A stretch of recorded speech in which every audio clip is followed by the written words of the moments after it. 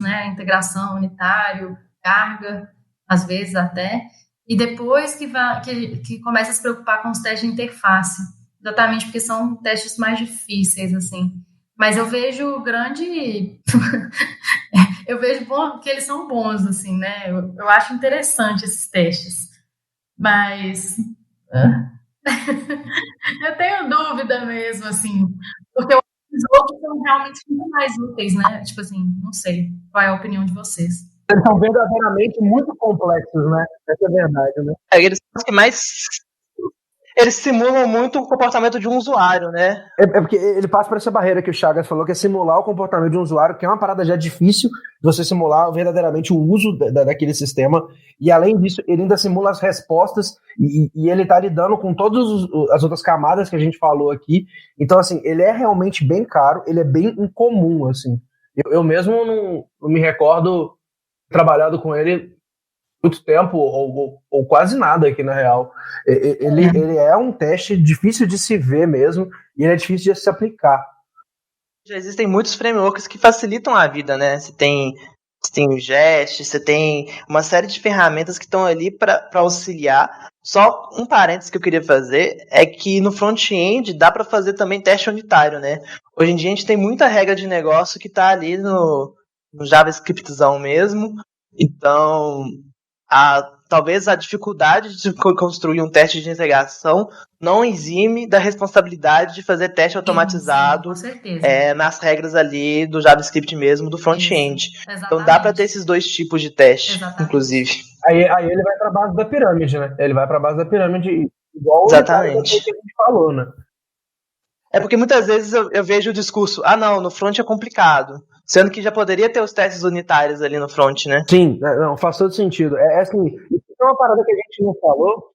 A gente falou muito de cliente e tal, mas o teste, hoje muito menos, mas o teste ele encontra muita resistência no próprio desenvolvedor, né? O próprio desenvolvedor não tem essa.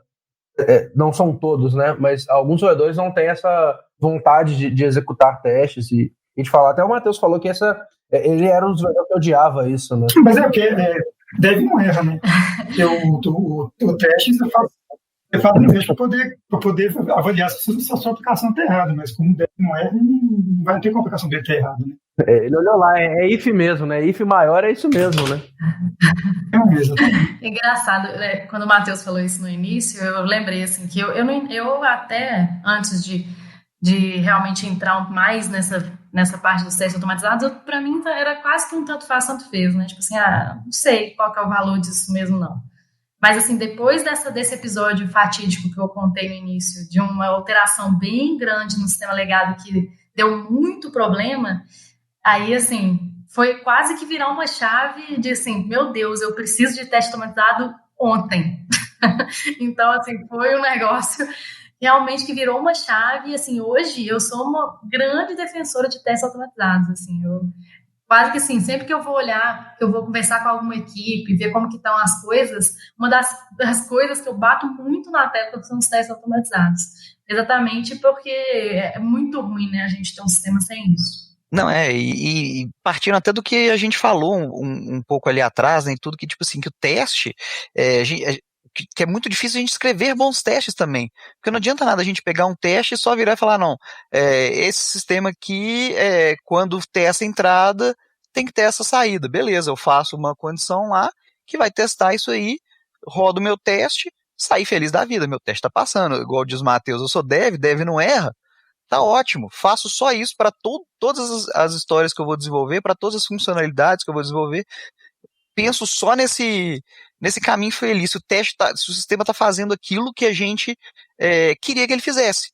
Dentro de um contexto que, como a gente desenvolveu o código, a gente sabe que ele vai funcionar, dadas aquelas entradas.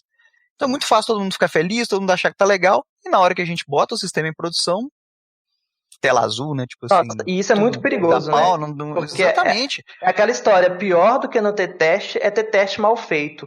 Porque o teste, ele tá ali para te dar uma segurança, né?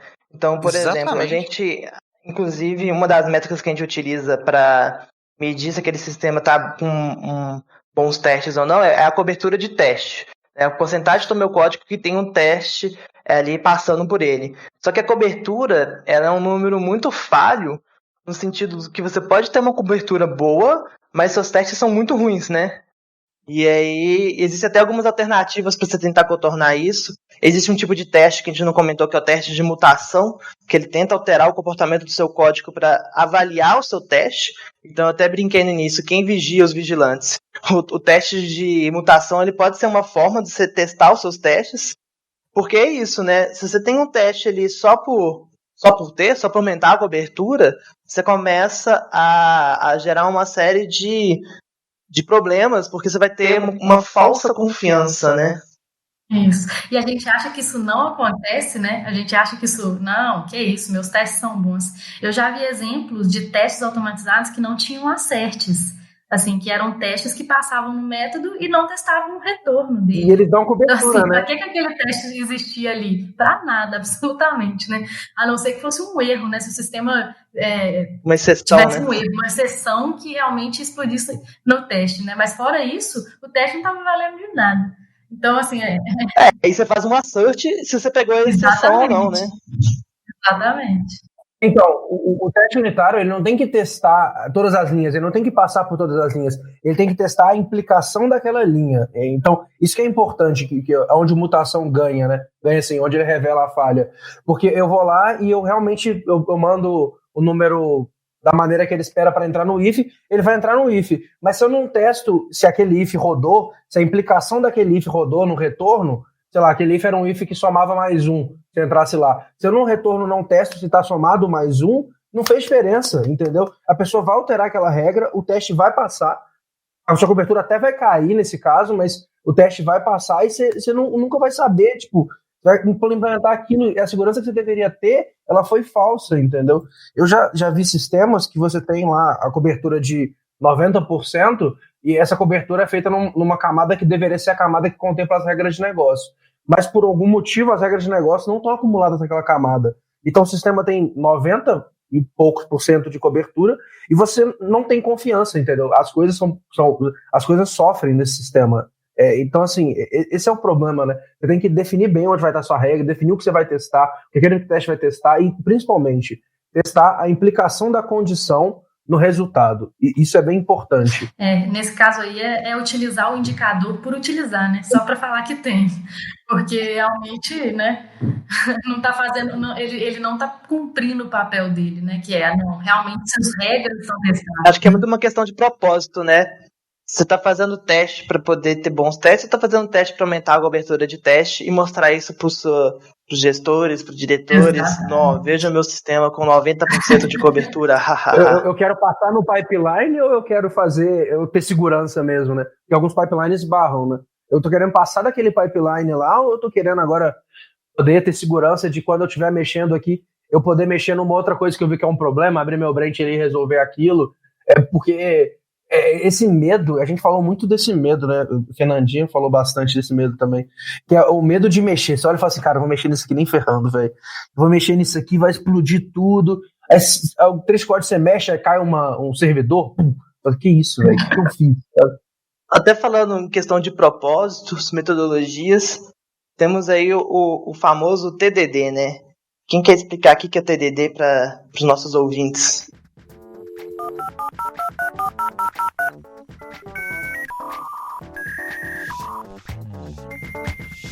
Vou escolher o Dudu, então. Dudu, explica pra gente o que é TDD. Professor, né? O dedo, né? Eu fui ver se alguém queria contribuir mais. É o seguinte, TDD é basicamente você fazer o seu desenvolvimento do seu código completamente orientado ao teste. Antes de você desenvolver qualquer linha do seu sistema, né, de você pegar aquela história e desenvolver ela, né, aquela funcionalidade, você vai desenvolver um teste para aquilo. Olha, você tem os seus requisitos, você conversou com o seu usuário, você conversou com o seu negócio, o negócio passou aquelas regras. Então você vai pegar e falar, beleza, para eu implementar essas regras aqui, o que eu vou ter que garantir que o meu sistema faz? E muito mais importante, o que eu vou garantir que o meu sistema não faz quando não estiver dentro daquelas regras? E eu vou definir esses cenários e já escrever testes em cima disso. Igual o exemplo que o Luiz deu ali. Poxa, eu sei que eu vou ter que ter uma condição que vai ter que incrementar um valor no meu código lá na frente. Tipo assim, uma regra de negócio na hora que eu estou testando uma determinada condição, eu vou ter que falar que eu fiz aquele teste. Então, isso aí pode ser a regra de fazer o incrementar lá, né?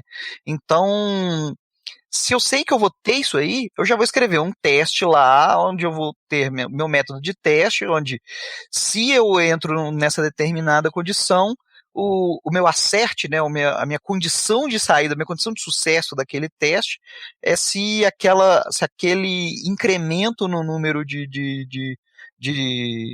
dessa variável, ou o que quer que seja, desse teste aí foi feito.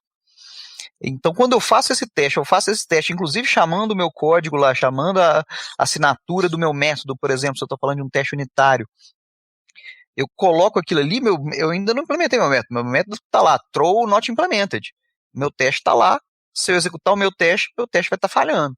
Eu falo, opa, então uma das coisas importantes do teste é isso. Cara, eu fiz um teste, eu tenho um teste, ele está falhando, ou seja, eu tenho que tomar uma ação, eu tenho que tomar uma ação mesmo para fazer com que o meu código seja funcional, para que o meu código esteja correto. Então, só depois que eu implemento o meu teste, aí sim que eu vou lá dentro da minha regra de negócio e coloco aquela parte da regra de negócio que vai ser implementada, que está sendo coberta por aquele teste. Então, é sempre você começar do teste para ir depois ir para o seu código. O TDD, ele tem aquela imagem cíclica, né? E assim, você vai começar fazendo um teste que você sabe que vai falhar, aí ele vai falhar, você vai corrigir, aí você vai refatorar ele, e depois você vai fazer a mesma coisa e vai implementar nas regras dessa maneira. Você vai implementar todas as regras começando do teste.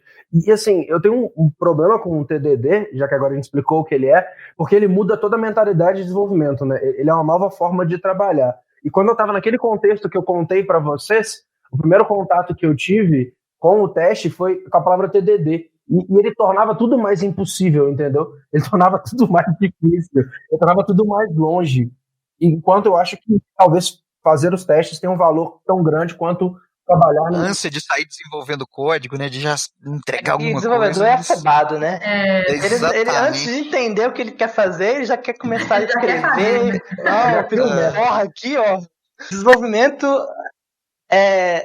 a parte de codificar é apenas um detalhe, né? O Matheus falou um negócio interessante no início, aí, no meio do podcast aí, que foi quando a gente desenvolve os testes primeiro, a gente também começa a pensar em algumas formas de como desenvolver o nosso código bem, né? Que eu já sei que para eu testar esse método aqui, o meu método tem que ter, por exemplo, responsabilidade única. Então, eu vou fazer o meu código mais limpo, de cara eu já começo a fazer meu código mais limpo. Então, eu acho que isso é uma vantagem também do TDD. E uma coisa engraçada que eu queria falar é que mesmo antes, né, quando a primeira etapa lá, né, que antes a gente não conversava muito sobre teste automatizado, né, talvez as coisas não eram tão difundidas assim, eu já sempre gostei de fazer os meus roteiros de teste, que o Dudu até mencionou, primeiro, porque eu acho que a mentalidade da gente desenvolver os nossos testes antes de fazer o nosso código, ela é extremamente valiosa, porque você pensa em tudo que seu código precisa falhar, tudo que seu código precisa vencer, né? Então, assim, você acaba pensando orientado mesmo ao que seu código tem que fazer. Então, isso eu acho que é bem o que o TDD prega também. Apesar de que o TDD tem a prática lá, que talvez é o que o Luiz falou que é um pouco difícil, né? De mudar a mentalidade, de chegar e desenvolver o teste primeiro, deixar ele quebrar para depois ele consertar o código e para eles passarem.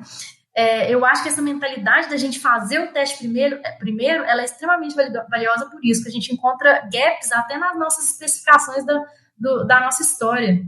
Então, eu acho que mesmo lá no roteiro de teste, isso era importante. Esses gaps, quanto antes você encontrar, mais rápido é de resolver, né? Se você encontra logo no início, você consegue contornar melhor ou até ver que aquilo não é uma coisa factível, né? E você consegue trabalhar de maneira melhor do que quando você já tem, sei lá, 200 linhas de código escritas e agora você percebeu que tem um gap ali.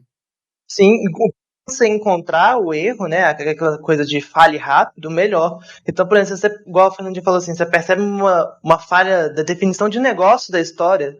E se o usuário apertar todas as teclas ao mesmo tempo? No início, né, a chance de você conseguir contornar isso, até